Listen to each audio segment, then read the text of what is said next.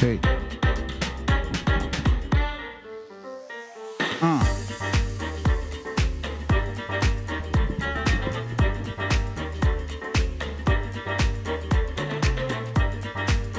What up?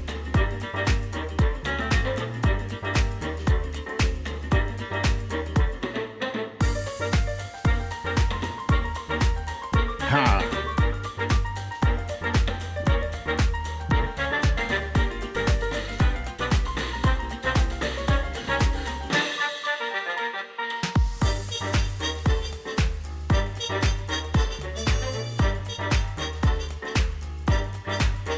Hey, hey. Hey.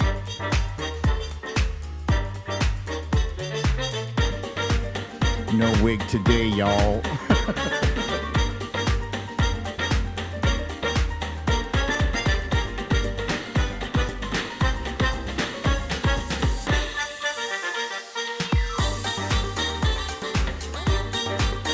Moderators on deck.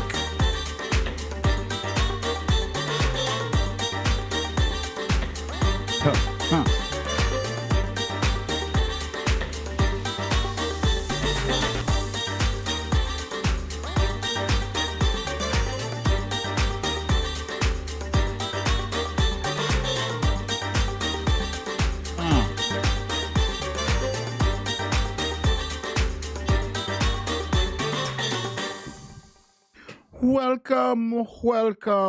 Welcome to another episode of Storytime with BDD. I'm your host, BDD, aka Brooklyn Dad, and this is a Storytime.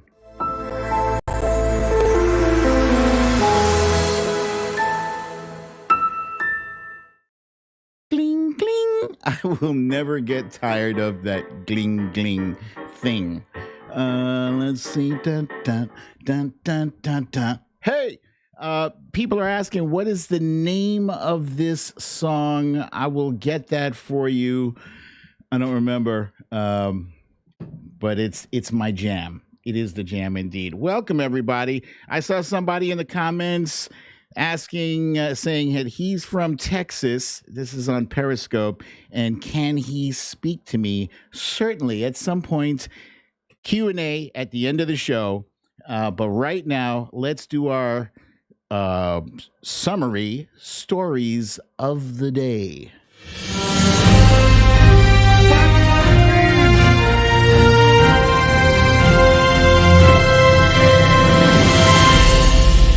Stories of the day.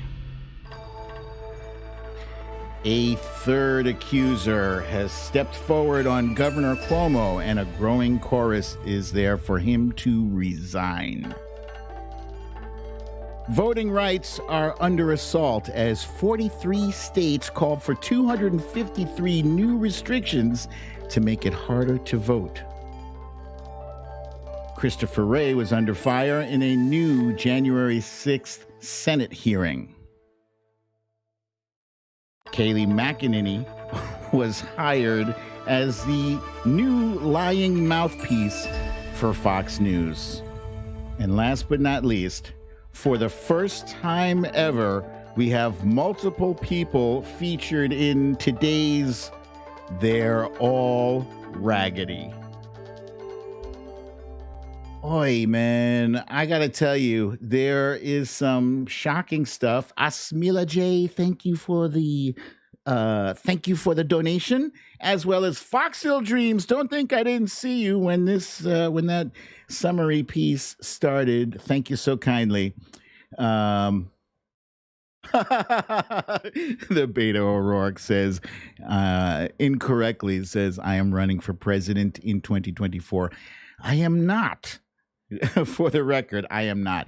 Hold on while I just turn the heat down. I got this little space heater thing, and it's burning me alive. Okay. Excuse me. So, despite, there's been a smattering of bad news all around. And so despite that, I hope everyone is doing okay. Hey, there's Cha-Cha from Seattle. I think that's Cha Cha from Seattle with a $10 donation. Thank you so much. Hey, and there's Laura Red Swan also with the $10. Thank you so kindly. That is very nice of you. Very sweet, you guys. So let's get started right away with. Oh, first, before I move on, let me just say I'm going to try to move this along at a good pace, and I'm going to do our roll call. The roll call will follow. Oh, look, Cha Cha got the Pika. That's from Cha Cha's donation. I am definitely doing a roll call today, no matter what, and that's going to be right after our timeline cleanse. Laura, you got a Pika too. Guys, by the way, is that audio? Is that better? Because I lowered it. I just hope it's not too distracting. I think that crazy sticky taco only comes out with like the really big with the big donations. I could be wrong. All right, so doing roll call, but first we are going to do that new jam that I'm referring to as quick hits.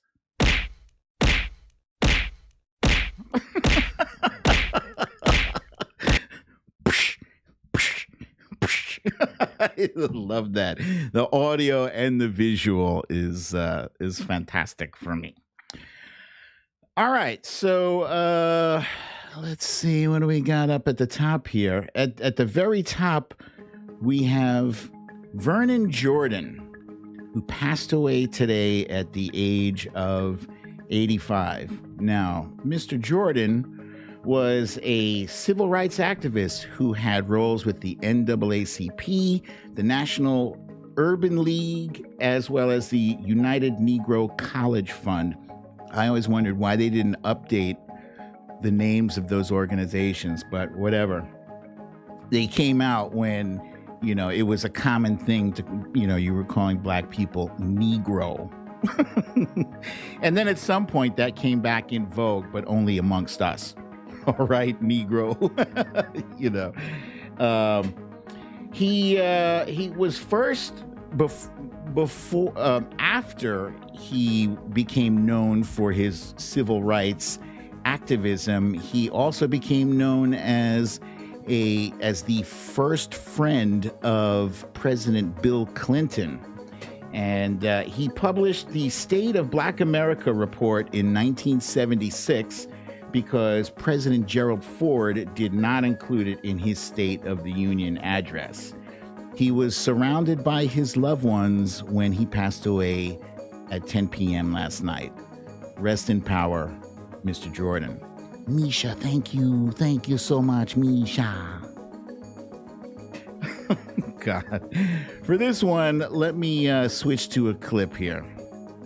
Day. I think at the beginning of the day, before everyone went to the rally, everyone was expecting peace. We'd been to hundreds of rallies. I've probably been to hundreds at this point, certainly many dozens, and they were nothing but peaceful events. And we expected that day to be the same. And then as those events transpired, it was disbelief, shock, somber, sad, horrified by the violence. And it was a very hard, difficult day in the White House. There's no doubt. And that was a unifying feeling in the White House. And let me say that differently. It was I should say, widespread feeling, synonymous feeling, completely a feeling that everyone felt. There's just completely condemning the actions of that day, horrified and very somber. Lies, lies, lies. But what more can you expect from the lying liar who lied about lies she lied about for the liar-in-chief? She was hired by Fox News as a new commentator, despite the fact that they tried their best to deny that they had hired her. She has indeed been hired by Fox News, and that is reason number 9,876,543 to never watch Fox News. I thought we were done with her after she was evicted from the White House, but That's that. All that stuff was lies. Trump was thrilled about the riot on January 6th. He was thrilled about it. So don't watch Fox News, man. Don't do it to yourself. Next up, we have the Texas governor, Greg Abbott, who has lifted the mask mandate in Texas and stated that businesses can once again open up to 100% capacity. Thank you so much, Sinsanity. Thank you.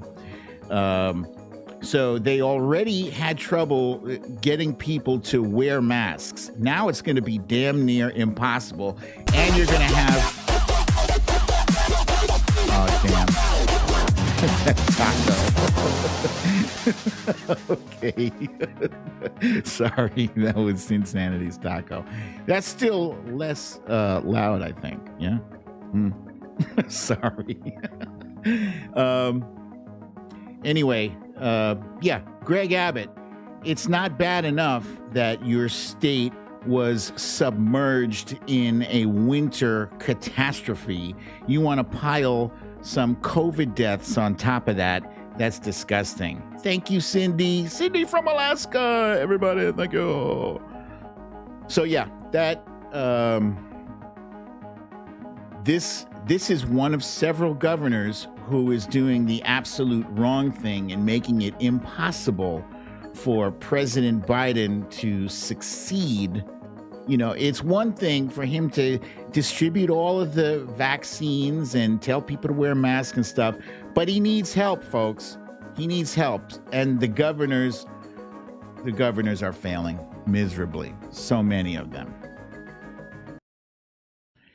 Okay, Catherine Sickler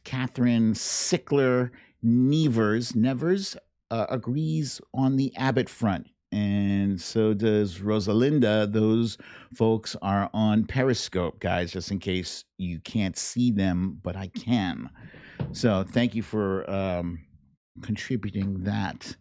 Now, I have some... Oh, there's Petty Deb with the 10 spot. Thank you, my friend. Thank you so much. About our segment today, our They're All Raggedy, the shocker is that one of those, usually you'll see it's exclusively Republican, but one of the people in that segment is a Democrat. Day. You know, I think at the beginning of the day, before... Shh. Quiet. We don't need you anymore, Kaylee. Yeah, it's a Democrat, and it just chips my nerve. You can't believe it. So I'm going to woosah, right? And let's get everybody on board for what I like to call a timeline cleanse.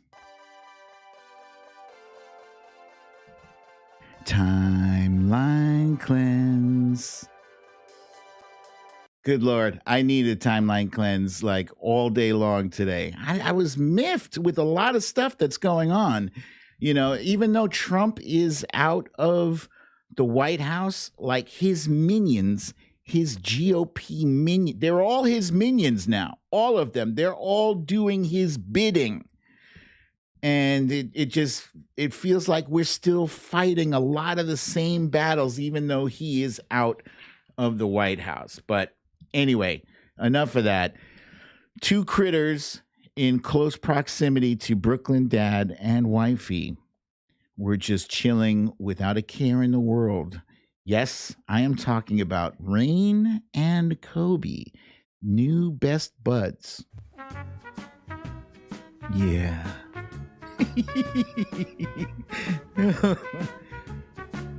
Excuse me. You see, they're completely coexisting. Not a care in the world. There's a dog a big, ginormous dog right next to me. There's a little cat showing her claws, and Rain's like, yeah, those are nice. Yeah, mine are bigger, though.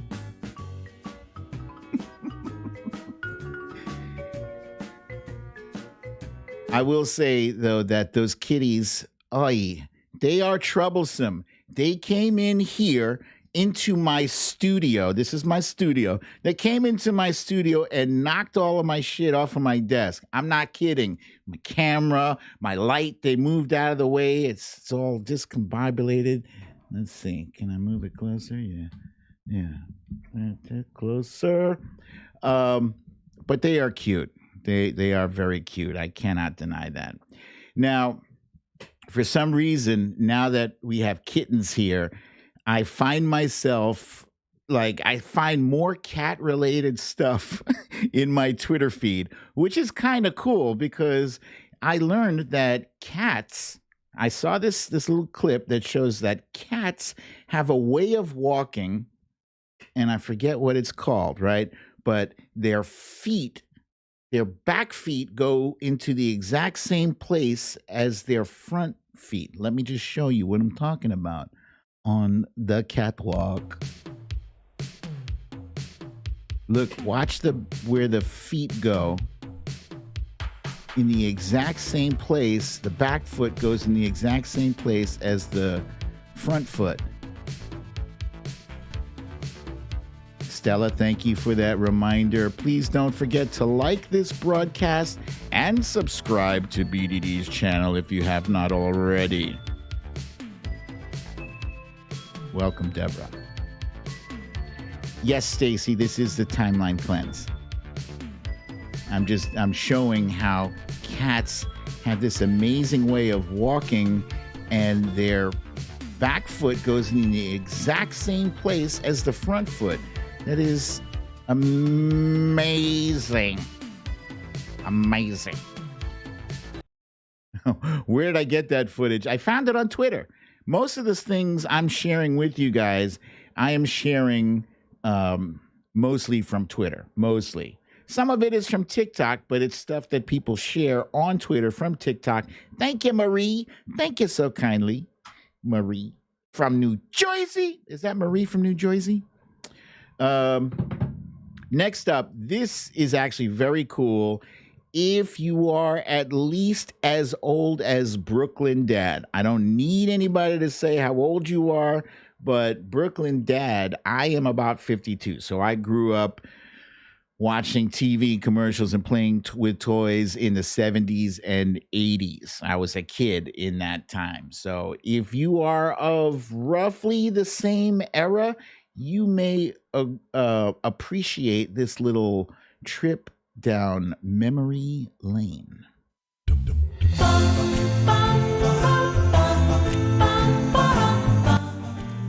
How many of these things do you guys remember? Huh? Fudgesicle. That's for a 45 record. I used to hate that orange stuff they put on your cuts. Freshen Up gum. A&W root beer, sure. Spirograph. We actually have a spirograph here. Those sheer energy eggs. I remember those. KFC is still a thing, but the Viewmaster thing. You used to put those little round discs in.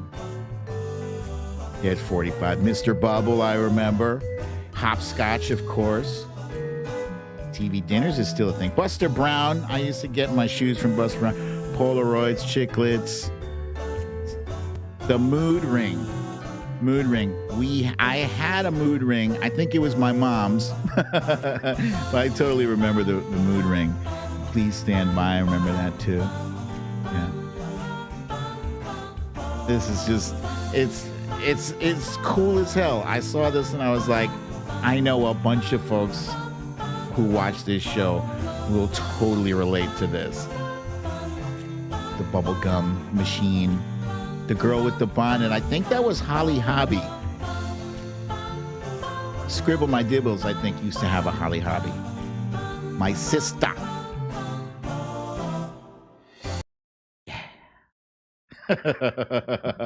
Wasn't that fun? That was great. I saw it. I was like, oh, I remember. Used to love the Viewmaster thing. You would look in and the images there were like 3D. It was very cool. Oh, Stacy says Bonnet is Mrs. Beasley.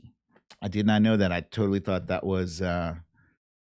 And Sarah, you are correct. I never had a Girl Scout dress. No. I was, however, a Cub Scout. Fun fact. Yeah, I had a Cub Scout. Oh, Colleen. Colleen has summoned the sticky taco of doom. Thank you, Colleen. Thank you so much. Excuse me. All right. So now that we've gotten through our quick hits and the timeline cleanse, let's go ahead and do this roll call. Show me where you're coming from. Show me where you are at. Fox Hill Dreams was kicked out of the Brownies. I'm so sorry to hear that. I hope you've gotten over it. Hey, there's Olivia in Seattle. And Cha-Cha from Seattle. Laurie B. from Rowley, Massachusetts, where it's been as windy as Fahezi. Nice use of the word Fahezi. Bonita from Columbus, Georgia. Patty Duke for life from Bethlehem, Pennsylvania. Jamie from Oshkosh, Wisconsin. Mickey here from Rochester, New York. Bella is asleep. Deb from Arizona, Michelle from Berlin CT is working and listening. Red Swan from South Philly is here, and Fox Hill Dreams from Aiken, South Kakalaki. Tree Quarantine Queen says, Bonnet is Holly Hobby and Doll is Miss Beasley. Ah, thank you. I needed that to be verified. Thank you. Anita from Columbus, Ohio. Sandra in Paramount, California. And Julian Gauthier from the Central Coast of California. And Gavin from Scotland had his first vaccination on Sunday. Congratulations, my friend. Make sure you follow up for that second one. Shishi from Boston is here. Synth fan lasted 1 month in the Cub Scouts. Midas Cat from Kentucky is with us. Naomi from Boise, Idaho. Tina G in Albuquerque. Karen from Tucson, Arizona. Marty from Calgary. Synth fan from Orlando. Samantha from the Bronx. Valerie from Staten Island. Sinsanity from Boxborough, Massachusetts. Marie from New Jersey. I knew that was you, Marie. I knew it. I know it was you. Kathy Murphy is stuck in CT. Ness from Connecticut. Stacy in sunny SoCal. She-Bee in Chicago. Ramona from Wilmington, Kakalaki. Wilmington, is it North Kakalaki, South Kakalaki? I gotta know which Kakalaki it is. Nurse Mitch from Glen Burnie, Maryland. Colleen from Michigan. Susan in Dallas.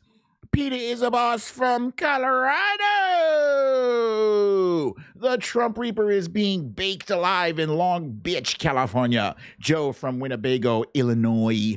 Audrey, you two from Brooklyn, of course. Natalie B. from Long Island, all right, Long Island. Samantha B. from Northeast PA. Jen and Fat Tony are salty as Fahezi in Elgin, Texas, all right. Catherine is here from French West Indies. That is an exotic locale, and I thank you for joining us. Misha from sunny, warm Long Beach, California. Roger is freezing in Farmington, Maine. Sudi Q from Centennial, Colorado. Stephanie from Spring Hill, Florida. Chrissy from Connecticut. Pasta D from Richmond Hill, Georgia, man. And Karen Purdy from Newton Falls, Ohio. There she is. I challenge you guys, if you've already seen this show at least 3 times, I challenge you to say Karen Purdy without saying from Newton Falls, Ohio. You can't do it. You can't do it. I can't do it. Let's see. A.B. Crawford. Amanda loved the freshen up gum and missed the kind that was Dr. Pepper flavored. Lucy from Orange County, California. Bernadette from Phoenix, Arizona. Stella from New York. Sarah in Temple, Texas. Catherine is near Guadeloupe, in case you wanted to know. The French West Indies are near Guadeloupe. Regina is saying hello from Louisiana. Trust Brent from Cali. What's up, my man? Good to see you. Patty from Gainesville, Texas. Punxsutawney Mo from Punxsutawney, Pennsylvania, the weather capital of the world. Deb B never got to be in the brownies. Deb from Arizona is here. And Stacy from Miami, Florida. Watcher Soko from Orange County, California. And Lee from Leeds, UK was also kicked out of the brownies. What do you know? Cindy from sunny, snowy Alaska. Lisa Hathaway from Morgantown, West Virginia. Mountain Mama, take me home. Country road. I'm sorry, you guys. I cannot stop myself from doing that. That is just how I am. Tanya from Oxnard, California. Laney in Australia. Good day, mate. William from Canada. Dina in Pittsburgh. Amanda in Arkansas. Gina P is freezing her butt off in New Jersey. Family History Today from Brighton, UK is here. Kaki from Delaware is here. Winifred from Lawrenceville, New Jersey. Wilbur, woo, woo. That's our dog lover buddy from Martinez, Georgia. Sheila, that's Mache52 from Vancouver, Washington. Darlene from Georgia. Ola from Madeira Island, Portugal. Donna from Australia. Good day, mate. Jenny till scratching. That's Matt Meehan, guys. You know, genital scratching from Brooklyn. Donna from Australia. Asmila J from COVID, Texas. Houston, Texas. Kim in Northern Virginia. Deb from Kashmir, Central Washington. Cecile from I Gotta Leave, Grapevine, Texas. And Foxhill Dreams still has their pins. Let's see. LL Mac is feeling good in Neptune, New Jersey. Let's see. Marjorie Taylor Greene's prolapsed uterus says, I am from the uterus of MTG. Happy Camper from Cali. Cali from Hershey, Pennsylvania. HR Puffin Stuff. HR Puffin Stuff. Can't do enough. Isn't that the song? HR Puffin Stuff. Pink Iguana from Orlando. Wedge from Farmington, Maine. And bonsoir. It's night here, but I stayed up for you. Thank you, Catherine. She's in France. Brian Berlin from Bradford, Pennsylvania. Coop from Rockville Center, a.k.a. Strong Island. Strong Island. Love that. Let's see. Cindy. Texas Mimi is pissed off in Texas. I feel you. I feel you on that. Anna from Florida. And Lynn from Crapaware. Oh, that's not right. From Delaware. Let's see. Hey. Stacy says Carolina is now Kakalaki. Yes, that is correct. Transistor radios, that was a good one. Laurie B. Too real as it gets from Alberta, Canada. And what was that thing where you sat in it and used your arms to move the wheels? Isn't that a big wheel? No? Big wheel? I feel like that's what it is. In love, John Denver, too. Kathy from LaSalle, Illinois. Nisi from Littleton, Colorado. Kathleen Cross from Boothwyn, Pennsylvania. And Coop from Planet Earth. And that's not even a song, guys, just so you know. That's just my scrolling music. Schlemazel, Haas and Pfeffer Incorporated. That's from Lavoine and Shirley. The Real Beta O'Rourke from Chicago, Illinois. Sit and Spin. Maybe that's what it was. Synth fan. Thank you for that. Sheila Bird, too. Got it. Yes. Oh, we're all like just chilling on memory lane. Is that what it is? Guys, thank you so much for this wonderful roll call. Now, let's get started with my least favorite. This is probably my absolute least favorite story of the day, of the week. Oh, before I forget, we got Sharon in Houston, Texas is also here. Yeah. Least favorite story of the month. Yeah, is this goddamn one. Andrew Cuomo.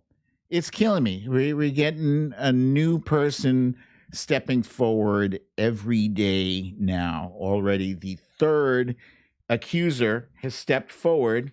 Her name is Anna Rook. She's 33 and she was at a wedding reception in 2019 when Andrew Cuomo put his hands on this woman, actually put his hand on her lower back, excuse me, and asked, "Can I kiss you?"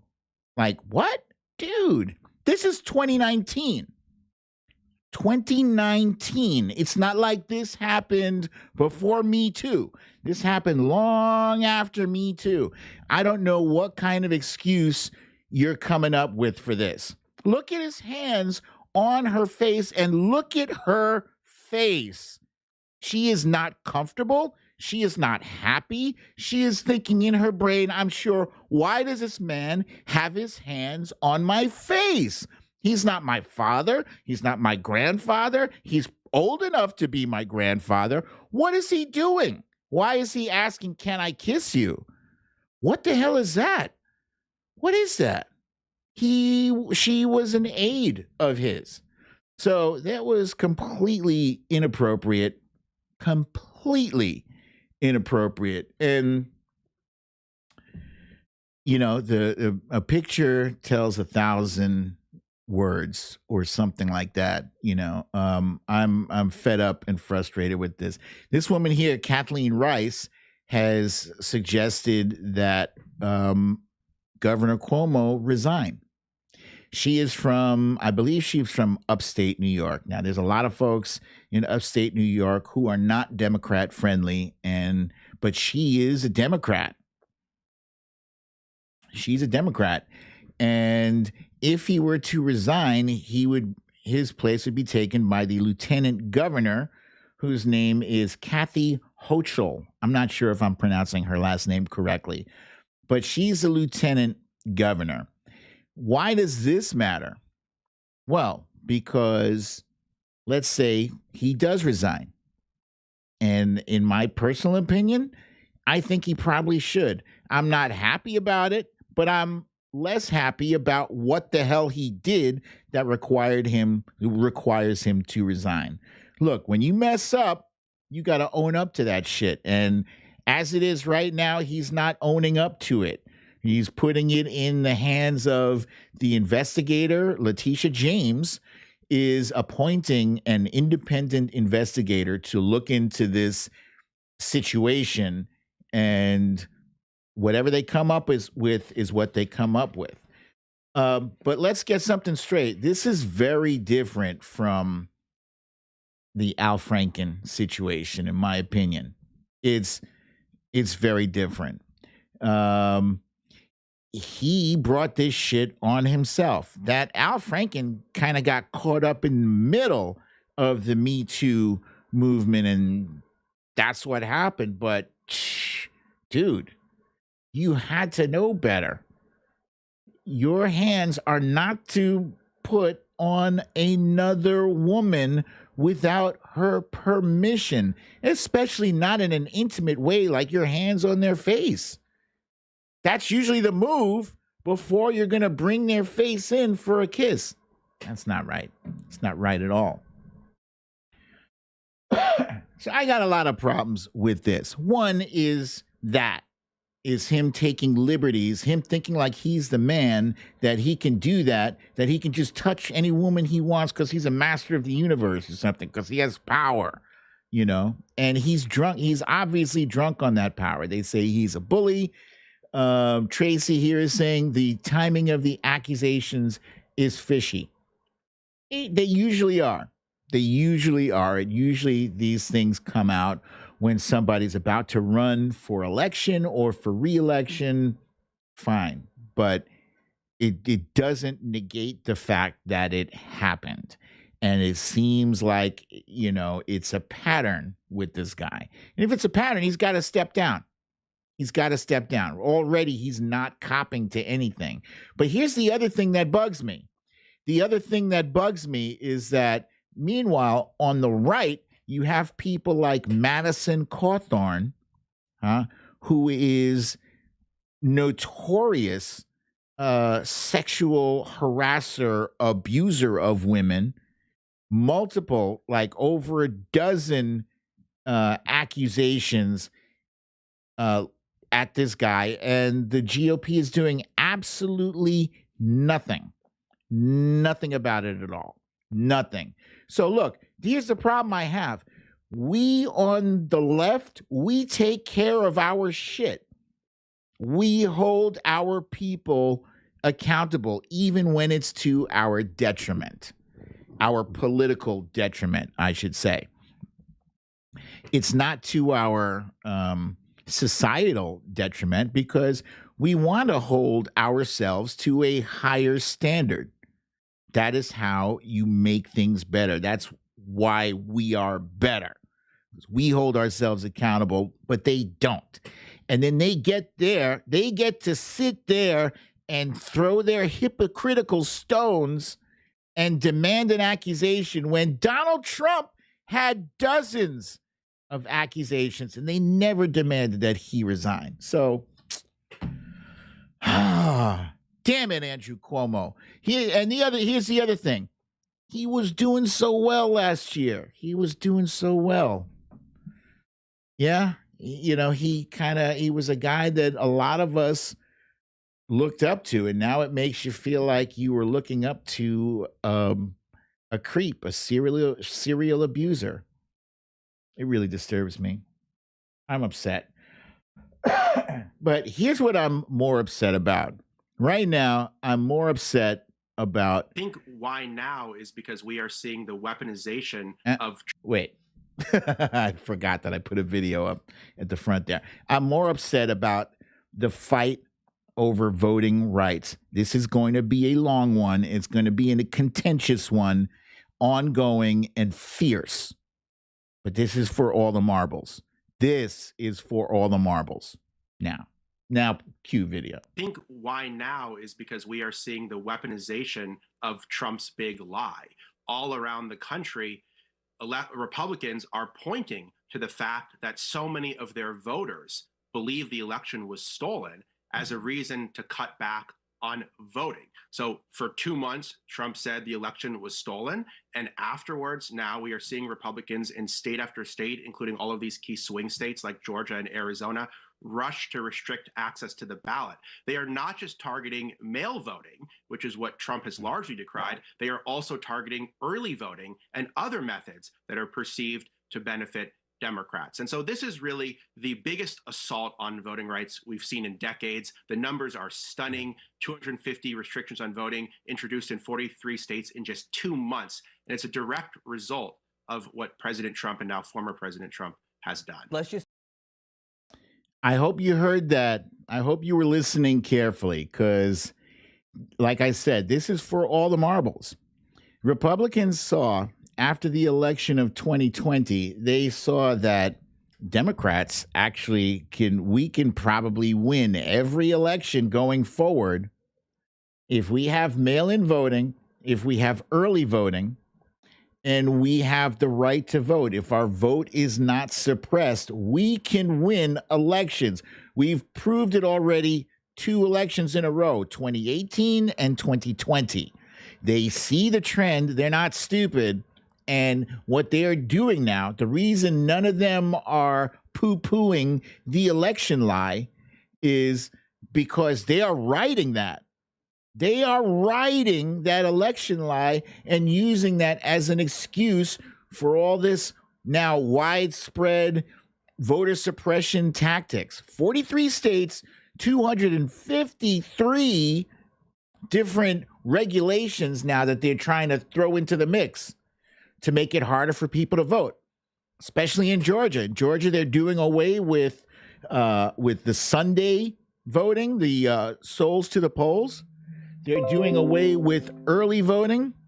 And in some states, they want to limit the number of ballot collection boxes to just one to service an area with hundreds of thousands of voters. This is outrageous. This is despicable.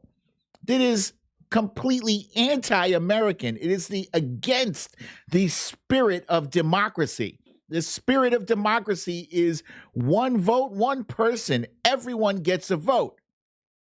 Now, you don't want us to vote if we live in a heavily populated minority county? Huh? You want to suppress our votes. You want to make us stand online for hours and hours and hours, no matter how old people are. It's ridiculous. Back in the day, in the South, they used to have like a poll tax. A poll tax is they would make black people have to actually pay money for the right to vote. And if you had the money to be able to afford to vote, then they hit you with some quiz. Guess how many jelly beans in this jar? You got to guess how many exactly in order for you to vote. That's what they did. Excuse me. And I tweeted about it earlier, and I said, don't laugh. This shit happened. And can they do that again? Not exactly that shit, but they've become more sophisticated with their voter suppression tactics. This is everything that, the late, great John Lewis fought for. His entire life, he was fighting for this. So this is a fight. And right now, the House is looking to pass H.R. 1. H.R. 1 is a bill that will support pro-voting things throughout the country, right? And the Republicans want to squash that again. That will most likely get passed through the House. But then we got to deal with the Senate. Where there's a thing called a filibuster, and where things like that can get squashed. And unfortunately, we have two Democrats. We have Joe Manchin and Kristen Sinema that don't want to do away with the filibuster at all. And that's a disgrace. It's a disgrace. We have victory in the palm of our hands, and they don't want to give it to us. They don't want to give it to us. It's irritating as hell. Wait, Think First is saying 3 Dems? Is there 3? Who's the third one? Who is the third one? I said Kristen, Sinema, Joe Manchin. Who's the third one? Let me find out. Think First. Where's the third one? Yes, Lee Saunders says just get rid of the filibuster. Just do it. Do it. Boy. Yeah, and they're using words like illegal votes to try to justify the shit that they're... she's looking for it. Okay. I said she, but I'm assuming that Think First is she. It could be a he. Sorry, Think First. I don't know your name. I'm calling you Think First. Yeah, this is a total disgrace and a total outrage, and it's got to be fixed. And so speak to your senators, speak to your representatives, call them, text them, write them, harass them, and make sure that this thing... Oh, it's Karen. It is a she. Hi, Karen. Okay, Think First is Karen, guys. By illegal, do they mean black votes? Ding, ding, ding, ding, ding. You are correct. Correctamundo. And Rosemary says, love the new setup. Thank you. Thank you so much. Yes, I took a very long time to do this. All right, next up, we had a hearing. There was a Senate hearing. Let me just switch over here. Yeah. There was a hearing in the Senate today to review what happened, how did intelligence miss the biggest attack on the United States homeland since 9/11? How did you guys miss this? And so FBI Director Christopher Wray was grilled in what was sometimes a contentious and other times frustrating and overall infuriating Senate hearing. Here's a clip. Do you know how many questions for the record the FBI failed to answer in the last 4 years? I do not. Well, I'll tell you. There were 9 hearings in this committee in which the FBI was a witness, and in 7 of them, the committee got exactly 0 questions for the record. 7. 0 questions. Can you explain that? I cannot. I will say. Are you going to do any better with the questions that we're getting right now? You've been asked questions for the record. Are they going to go into the same, whatever it was, hole where questions for the record go to die at the FBI? Well, Senator, first thing I would say about questions for the record is that, as you may know, there is an elaborate interagency process that requires that answers that we provide have to get which is immensely convenient for the executive branch. But our questions don't direct that interagency process, do they? And that interagency process doesn't respond to us in Congress, does it? We're required to comply with the interagency process to provide our responses to questions for the record. By what? Now, having said that, By what are you required to comply with that interagency process?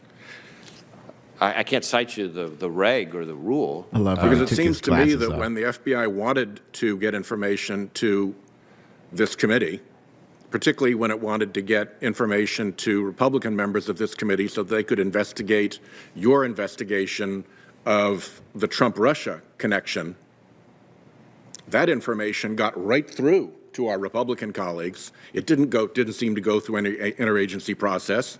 It wasn't delayed. What we seem to have is, for most of us, but this was bipartisan, by the way. When I say we got 0 questions for the record answered from those hearings, I mean 0 questions of any member of this committee, not 0 Democratic members answered. Okay? So you've got this basic.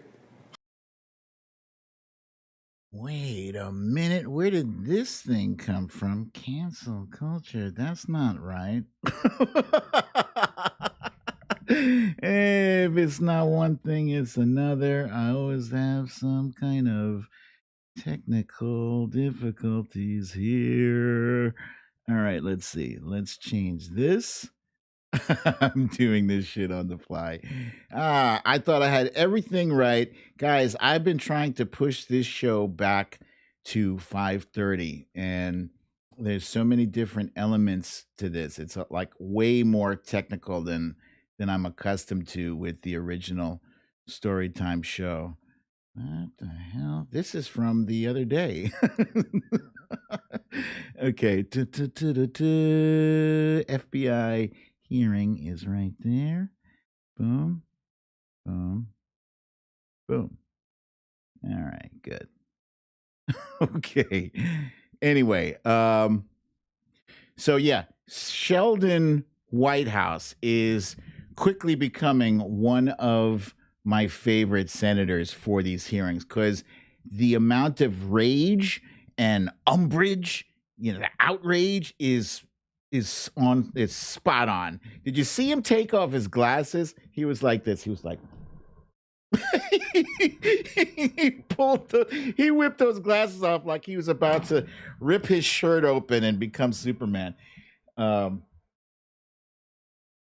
But yeah, he's great. And he was speaking to why is it that Republicans have no trouble getting information when Democrats can never seemingly get the information that they've requested, and it seems like they're playing both sides a little differently. So that was one bit of frustration.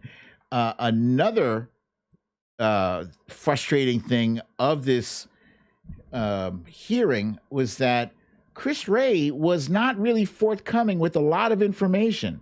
He was asked a lot of questions from both sides, Republicans and Democrats, and he's pulling that, I don't know, I'll have to get back to you. Dude, you're FBI, that's intelligence. The Federal Bureau of Investigation? Is it intelligence or investigation? Federal Bureau of Investigation. You're intelligence. Where is the info? You knew you were coming to this hearing. Why are you lacking of information? How did you not know that this was going to happen? They had to know. We all knew. All of us knew. And none of us is in the FBI as far as I'm concerned, as far as I know. But he did say that it was not likely that there was any Antifa involved in the January 6th attack, and that there were a lot of white supremacist groups who were complicit in that attack. He also refused to say whether or not the Proud Boys or the Oath Keepers or even the KKK are terrorist groups. How are they not? How are they not? They're committing acts of terror. That's the definition of terrorists. Would you have like a threshold? Like you must have 10 terrorist acts in order to officially be called a terrorist group. No. White supremacist groups are terror groups. Period. Period. I've never heard of a peaceful white supremacist group. Never heard of them. And probably the most frustrating thing for me was seeing guys like Josh Hawley and Ted Cruz get to ask questions during this thing. In my opinion, they shouldn't even be allowed in the Senate. God damn it. I am waiting for someone to bring up that whole thing with Josh Hawley holding up his fist to the insurrectionists. I'm waiting for someone to bring up Ted Cruz's "do not go quietly into the night." That shit is disgraceful. How are they allowed in the Senate? And Josh Hawley's questions, they all had the feel of, let's say that you had information about a guy who looked and sounded like me, who possibly, hypothetically, may or may not have made a call. Like he was all into like, what do I need to be worried about? It was transparent. Everybody saw it. It was just weird. Tree is saying Hawley wants to be POTUS in his dreams. There's no way. I will not allow it. I will not allow it. I was disgusted by this hearing, and it went on for a long time, and I was very dissatisfied at the end of it. In my opinion, this process is not moving along quickly enough. It really feels like these procedures in the Senate and in the House are the House actually seems to move a lot faster, despite the fact that they have way more members. The Senate seems to be very caught up in procedures and things like that. But they definitely should make those white supremacist groups terrorist groups. The KKK, I mean, they literally bombed people. They're on the record. They've been convicted already for bombing people and burning crosses. What the hell?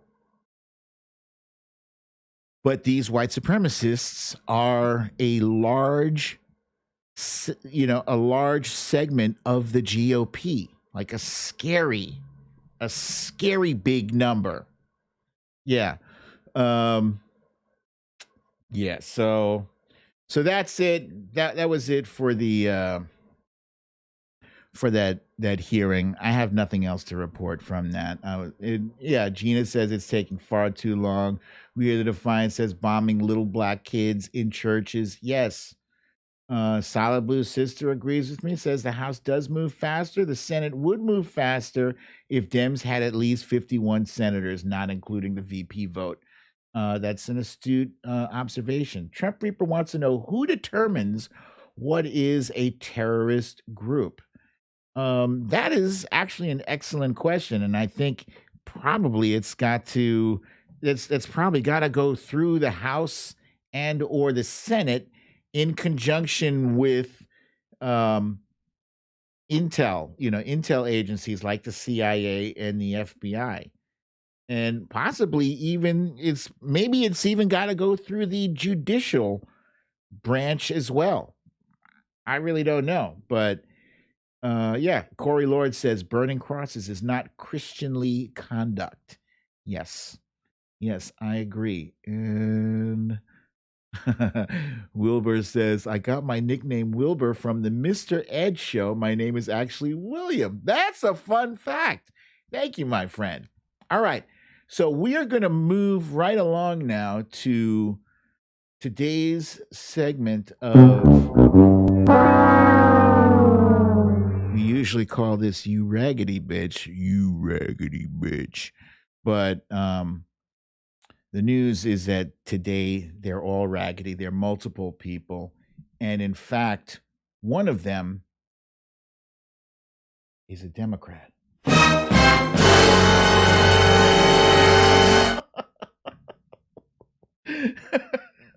Never get tired of that shit. All right.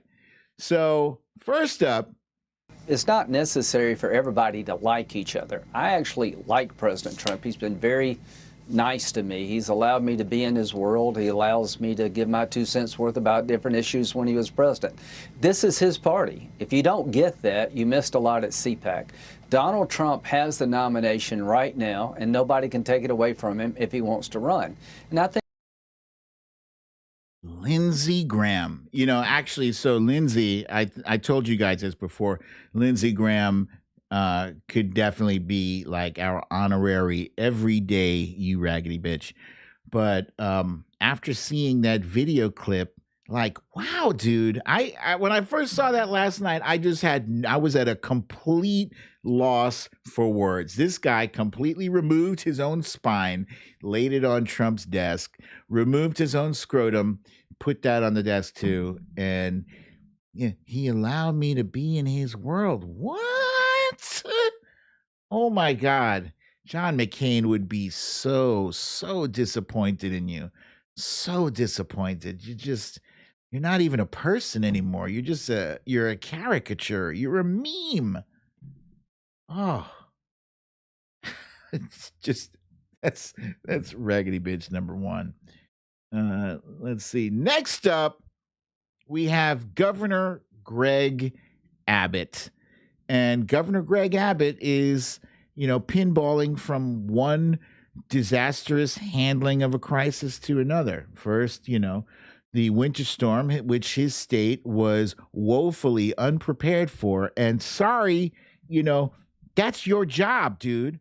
That is your job to look out to account for every possible disaster that can happen and act accordingly, and you did not. And to make matters worse, he's reopening the state, the second largest state in the union. He's reopening it 100%. This is outrageous. We can't get better if only half of us are doing the right thing. Why is that so hard to understand? And he's making the decision for a whole lot of other people who don't necessarily agree with it. There are millions of people in Texas, millions and millions. This is just completely irresponsible and idiotic. To both Ted Cruz and Josh Hawley, how dare you? How dare you sit in there in the Senate and asked questions of Christopher Wray. You should both be excusing yourselves. What's the word when you have to not excuse? You have to something yourself. Whatever it is, they both don't need to be in there because they're both involved in recuse. Thank you. They have to recuse themselves. Yeah,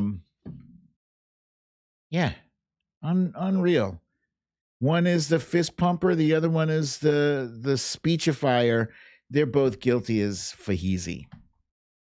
And last but not least, this is the one I'm most disappointed in. Andrew, Governor Cuomo, I'm so disappointed in you. I guess you thought nobody was going to tell. Either you thought nobody was going to tell, or you didn't see a problem with your behavior. And frankly, either explanation is bad. You are the governor of New York State. You have that position carries a lot of power and responsibility, and you misused it, and you put a young lady in a situation. And yeah, I get it. Tree says we shall say innocent until proven guilty. But damn, if that picture isn't damning, I don't know what is. It's damning.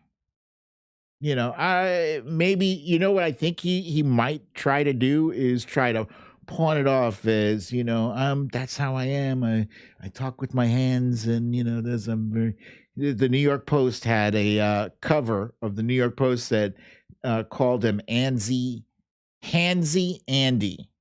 It's not good, dude. Not good. This is 2021. And that, ladies and gentlemen, is a wrap for the You Raggedy Bitch. And they're all raggedy. And now you can see I am reaching for my Celio phone, which I'm going to use to adjust the lighting in here. And boom, let there be light. Because it is now time for the littlest president. The littlest president is available on BrooklynDadDefiant.com. As you can see right here on the scroller. If you want to get it on Amazon.com, it is available there as well. And I'm fine with that because... But if you get it on the BrooklynDadDefiant.com, then you get the beautiful swooshy handwriting. Look how beautiful and swooshy it is. I don't know what's wrong with my camera today. It's ever since them kitties knocked the camera off the desk, my settings are messed up. I got to figure it out. All right, Saul. Yes, swooshy handwriting, and Watcher Soko, thank you so kindly for the donation. Hey, and Susan says, love that book. I gave my sister a copy as well. This is nice. And Watcher Soko gets a little mouse up here eating a bowl of noodles. The Littlest President is starring... Oh, you see, kitty cat, you messed me up here. President Barack Obama. Look, I'm all blurry. You guys know what's on the cover, damn it. I'm gonna skip reading the cover until I can fix my camera settings. But in the meantime, it's now time for the favorite page. Because this is Spanky McDumbass. Spanky McDumbass is sad. He used to be rich. He used to be a businessman. He used to be a TV star. He used to be the littlest president. But now Spanky McDumbass is in jail. How did he get here? Let's go back. Wait a minute. Hold on. Laurie B says Neera Tanden withdrew her nomination. Is that for real? For real? Did that really happen? Is it official? Yes, and Amanda Crawford. Yeah, he used to have a Twitter account. Wait a minute. Is that for real? Because if it is, you know I got to do my live tweet with you guys. Yeah, it was inevitable. It should have probably happened sooner. Breaking. Neera Tanden has removed herself from consideration for OMB director. Wow, that is big news. Misha wants to know, when are they going to get Merrick Garland in? I hope it's sooner than later. White House removed her? Oh, dude, for real? Oh, damn.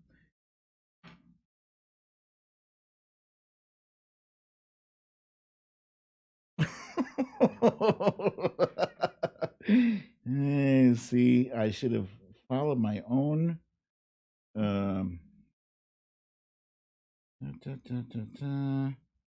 Neera Tanden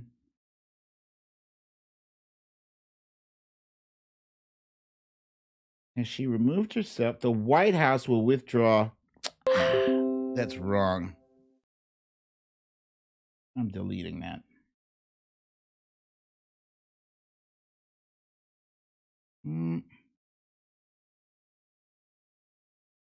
Delete. Oh, well. Okay. Deleted. I'll just wait from now on. That's my new rule. I'm just going to wait until I got 100% confirmation. Excuse me. That was no elbow point for me. All right, where were we?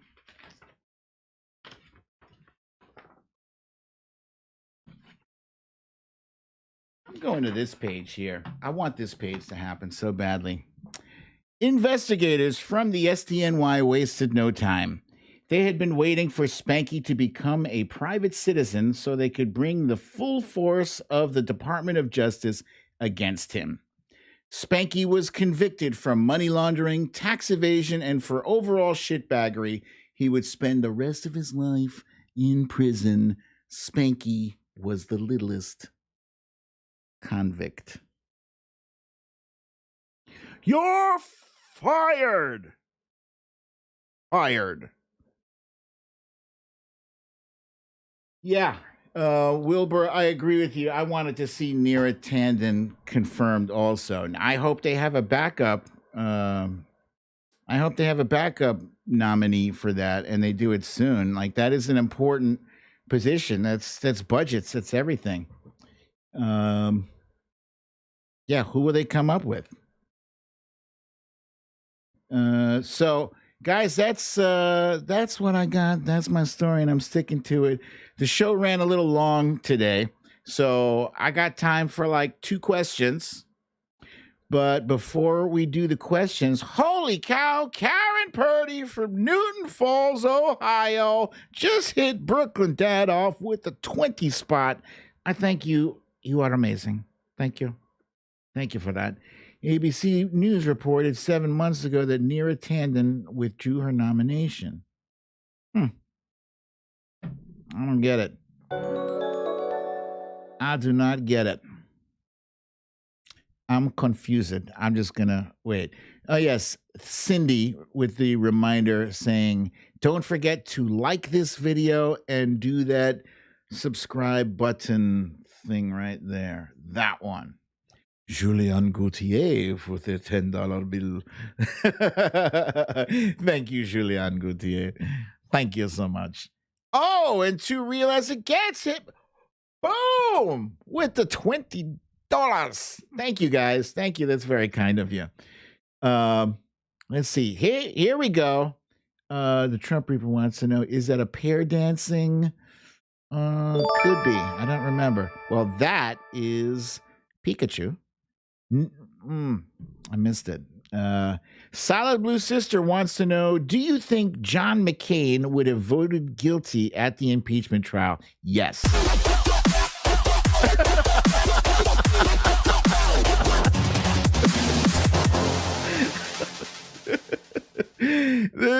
The sticky taco just kills me. Sorry. Solid Blue Sister does not think John McCain would. McCain talked big to the media, but consistently voted down party lines and was another GOP who enabled Trump. Yeah, but I still feel like he would have done the right thing. Hey, We Are the Defiant Ones has donated $10 through Super Chat. Thank you, my friend. Thank you. We Are the Defiant. Marie says she didn't have the votes. White House withdrew it, not Nira. Thank you for that. No question, but song name Feeling All Right. Hey, Sheila! Sheila, you're right. Clever. I don't know how you figured that shit out, but you are 100% right. Feeling All Right by Gavin Luke. That's the name of the BDD song, which we're all about to hear in a minute. Once I do our wrap-up thing. Okay. Natalie says, OMG, that music nearly blew up my eardrum on my Bluetooth yesterday. But it's better now, right? It's better? Yeah? It's not as ear-splitting? Because it was kind of loud, I agree, yesterday. All right, guys. So, if you got to go out, please make sure you wear your masks. Wear your glove.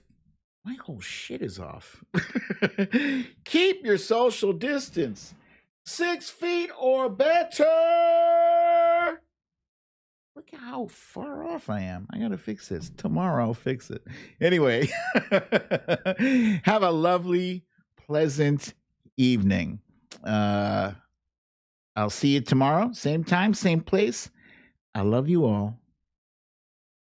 Peace. Wait, there we go.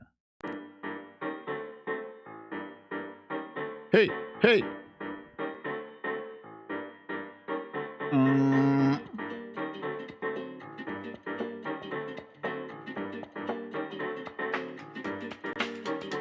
Boom.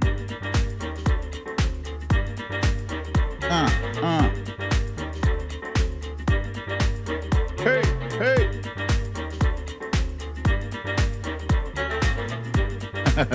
Roger says 6 feet for COVID and 6 feet more for MAGAs.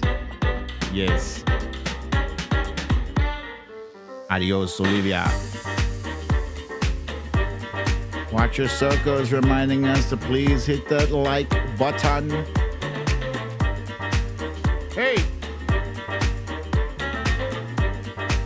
I love these icons you throw up there with the music. I guess you guys are feeling it.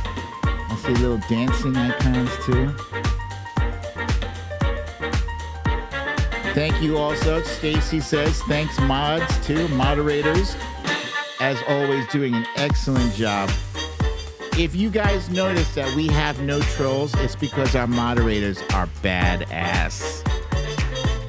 White House is pulling Mira Tandon's nomination as budget chief after key senators said they would vote against confirmation over her past tweets.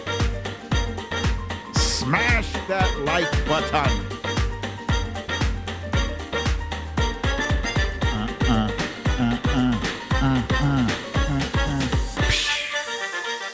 Hey!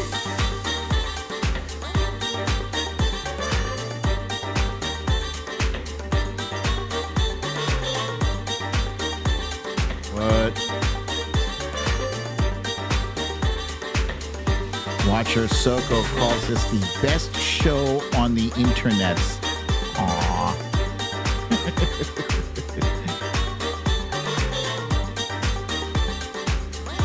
You